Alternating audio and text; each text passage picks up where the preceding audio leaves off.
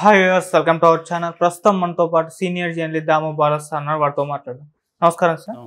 Sir, రోజా గారికి ఈసారి జగన్ గారు షాక్ ఇచ్చినట్టు చెప్తున్నారు సార్. సో టికెట్ ఇవ్వలేదు, పెద్దిరెడ్డి గారు గట్టిగా అడ్డుపడ్డారు అన్న వార్తలు అయితే బయటకు వస్తున్నాయి. మరి దీంట్లో నిజం ఎంత ఉందంటారు సార్? ఇప్పుడు రెండు లిస్టులు ఆల్రెడీ అయింది. ఫస్ట్ 11 మంది, తర్వాత 27 మంది. ఇప్పుడు మళ్ళీ ఇంకొక లిస్టు బయటికి రాబోతుందని చెప్తున్నారు. సో ఈ లిస్ట్ కానీ ఈ లిస్టులో ఆల్రెడీ లీక్ అయిందనేది కొంత వార్త వస్తుంది. ఈ లిస్టులో రోజాకి ముఖ్యంగా టికెట్ లేదు, రిజెక్ట్ చేశారని చెప్తున్నారు. అయితే రోజా బదులుగా అక్కడ ఎవరిని పెడతారనేది ఇంకా క్లారిటీ రాలేదు. ఒకటేమో ముందు కృష్ణాయుడు రెండో కొడుకు జగదీష్ వైసీపీలో చేరి ఆ టికెట్ నాకు ఇవ్వండి, నేను మా అన్నను ఓడిస్తాను అని చెప్తున్నాడు. ఎందుకంటే లాస్ట్ టైము రోజా భానుప్రకాష్ మీద దాదాపు 2708 అంటే వెరీ మైనర్ మెజారిటీ అనమాట. చాలా తక్కువ మెజారిటీతో ఆమె గెలిచింది. అంతకుముందు కూడా 2014లో ముద్దు కృష్ణాయుడు మీద కూడా 858 ఓట్ల మెజారిటీతోనే గెలిచింది. అంతే, చాలా ఆమెమి మంచి మార్జిన్తో గెలవలేదు. 2 సార్లు ఓడిపోయింది, ఒకసారి నగిరి, ఒకసారి చంద్రగిరి. దాని తర్వాత అంటే 2004లో నగిరి, 2009లో చంద్రగిరిలో 2 సార్లు ఓడిపోయింది. 2 సార్లు గెలిచింది, కానీ ఆ గెలిచిన మెజారిటీ ఏమి గొప్పగా లేదు. ఒకటి 858 ఓట్లు, రెండోది 2708 ఓట్లు. దీనికి కారణం ఏంటంటే, అది కూడా ఆ గెలుపుకి కూడా కారణం ఏంటంటే, ముద్దు కృష్ణాయుడికి 2 కొడుకులు, భానుప్రకాష్, జగదీష్. భానుప్రకాష్ ఒకవైపు, జగదీష్ వాళ్ళ మదర్ ఒకవైపు అని చెప్తున్నారు. సో అందువల్ల కూడా భానుప్రకాష్ ఓడిపోవడానికి కారణమని. ఇప్పుడు అదే జగదీష్ నాకు ఇవ్వండి, నేను ఈసారి గెలిచి చూపిస్తాను నగర్లో అని చెప్తున్నాడని అంటున్నారు. సో మేజర్గా రోజాకి అనుకూలతలు ఏంటి, ప్రతికూలతలు ఏంటని చూసినప్పుడు, ముందుగా ప్రతికూలతలు చూసినప్పుడు ప్రధానంగా అక్కడ పెద్దిరెడ్డి రామచంద్రారెడ్డికి రోజాకి మధ్య పడట్లేదనేది ప్రధానంగా అందరూ కూడా గత కొంతకాలం నుంచి చెబుతున్నారు. పెద్దిరెడ్డి రామచంద్రారెడ్డి చిత్తూరు జిల్లా కోఆర్డినేటరు వైసీపీకి. సో తన వర్గం ఒకటి నగరి నియోజకవర్గంలో ఉంది. ముఖ్యంగా నగరి మున్సిపల్ మాజీ చైర్మన్ శాంతి, వాళ్ళ హస్బెండ్ ఆయన ఈడిగా కార్పొరేషన్ చైర్మన్ కేజీ కుమార్ అంటారు. వీళ్ళిద్దరూ చాలా స్ట్రాంగ్గా రోజాకి అపోజిషన్. ఆ మధ్య జగన్ వెళ్ళినప్పుడు కూడా నగర్ నియోజకవర్గానికి ఇద్దరికి షేక్ హ్యాండ్ ఇచ్చి కల్పించాడు, కానీ వాళ్ళిద్దరూ పెద్దగా ఇంట్రెస్ట్గా ఏమి లేరు. ఏదో జగన్ చెప్పాడు కాబట్టి కలుసుకున్నారు, కానీ షేక్ హ్యాండ్ ఇచ్చుకున్నారు. కానీ ముఖ్యంగా ఆమె శాంతి అనే ఆవిడ చాలా గట్టిగా అపోజ్ చేస్తుంది. ఇక ధర్మకర్తల మండలి చైర్మన్ ఉన్నాడు చక్రపాణి, ఆయన మా ఊరు పక్క ఊరు కొప్పేడు అనేసి. సో ఈయన రెడ్డివారి చెంగారెడ్డి వాళ్ళ బంధువు చక్రపాణి రెడ్డి. సో తను కూడా గట్టిగా రోజాను వ్యతిరేకిస్తున్నాడు అంటున్నారు. మరోవైపు పుత్తూరు మొదలయారు సామాజిక వర్గానికి చెందిన అమ్ములు అనే వ్యక్తి కూడా స్ట్రాంగ్గా రోజాకి వ్యతిరేకంగా ఉన్నారు. ఇతను కూడా వైసీపీలో యాక్టివ్ అనమాట.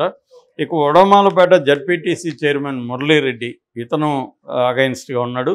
మరోవైపు క్షత్రియ సామాజిక వర్గానికి చెందిన విజయపురం లక్ష్మీపతిరాజు, ఆయన కూడా వైసీపీలో యాక్టివ్గా ఉంటారు, ఆయన కూడా వ్యతిరేకంగా ఉన్నాడు. ఇలాగా ఒక బలమైన వర్గం, ముఖ్యంగా రెడ్లు, క్షత్రియ, మొదలయారు ఈడిగా. సో ఈ కమ్యూనిటీస్కి చెందిన వాళ్ళు రోజాకి టికెట్ ఇస్తే మేము ఓడిస్తామన్న పరిస్థితిలో ఉన్నారు. రెండో వైపు ఆమెకు నివేదికలు కూడా నెగిటివ్గానే ఉన్నాయి. గెలిచే పరిస్థితి ఈసారి లేదని. ఎందుకంటే ఆమెకుండే ప్రాబ్లం ఏంటంటే, ఆమె లోకల్గా ఉండి పనిచేయడం తక్కువ. మనం చూసాం, ఆమె ఎమ్మెల్యేగా ఉన్నప్పుడంతా ఎప్పుడు చూసినా హైదరాబాద్లో ఉంటుంది, జబర్దస్త్ షోలో ఉంటుంది తప్ప అక్కడ లేదు. మామూలుగా ఎమ్మెల్యే అయిన తర్వాత అవన్నీ మానేసి ఉండాలి ఆవిడ. అవి మానేయకుండా వాటిలో కనపడడం వల్ల ఏమైందంటే, ఆమెకు పాపులారిటీ వచ్చి ఉండొచ్చేమో, కానీ నెగిటివ్ పబ్లిసిటీని ఎక్కువ వచ్చింది. జబర్దస్త్ షో మీద కూడా నెగిటివిటీ ఎక్కువ ఉంది. సో జనంలో కూడా నెగిటివ్ వచ్చింది. రెండోది, ఆమె యాటిట్యూడ్కి సంబంధించి ఆమెకు ప్లస్ అయింది దూకుడే, మైనస్ అయింది కూడా దూకుడే. ఆ దూకుడు ఒక్కొక్కసారి అవుతుందంటే ప్లస్ అవుతుంది, దాన్ని ఎక్కడ బ్యాలెన్స్ చేసుకోవాలనేది తెలియకపోతే మైనస్ కూడా అవుతుంది. అంటే అన్నిటికంటే ఏంటంటే, నువ్వు దూకుడుగా ఉన్నావా మంచిగా ఉన్నావా అనేది పక్కన పెడితే, నువ్వు గెలుస్తున్నావా లేదనేది వెరీ ఇంపార్టెంట్. అది ఈమె ఫోకస్ చేయలేదు. నువ్వు ఎంత దూకుడుగా ఉన్నా నియోజకవర్గ ప్రజలకి అండగా ఉండడం, దగ్గర ఉండడం, వాళ్ళ ఇష్యూస్ని ఇది చేయలేదు ఆమె.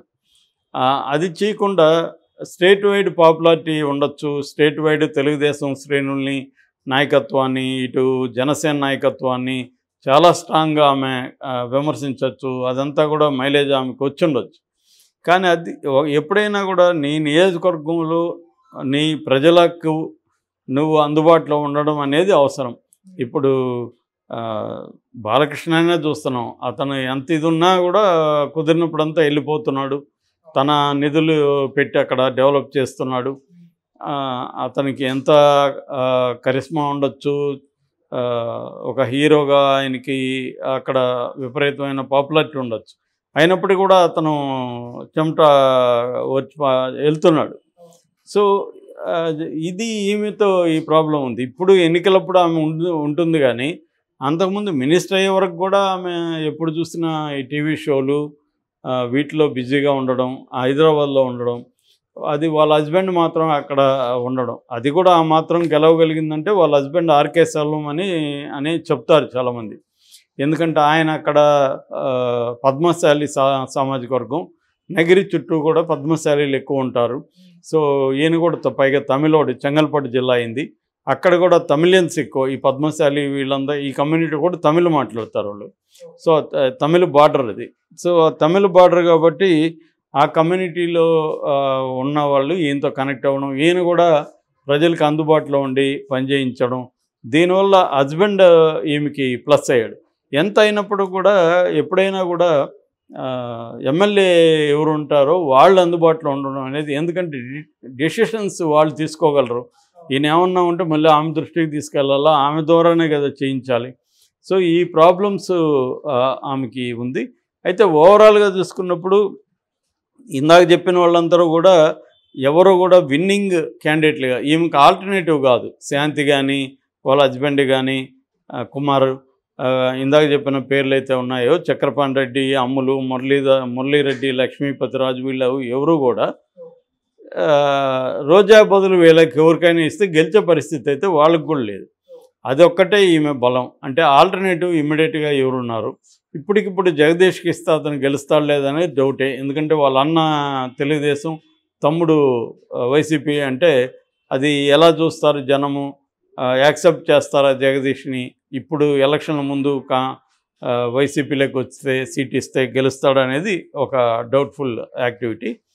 ఏదేమైనా రోజాకి బలాల కంటే కూడా అక్కడ బలహీనతలు, అంటే అనుకూలతల కంటే కూడా ప్రతికూలతలు బలంగా ఉన్నట్టుగా మనకి కనిపిస్తుంది. ఆమె అయితే కాన్ఫిడెన్స్గా ఉంది. నాకు ఇచ్చినా ఈకపోయినా కూడా నేను పనిచేస్తాను అంటుంది.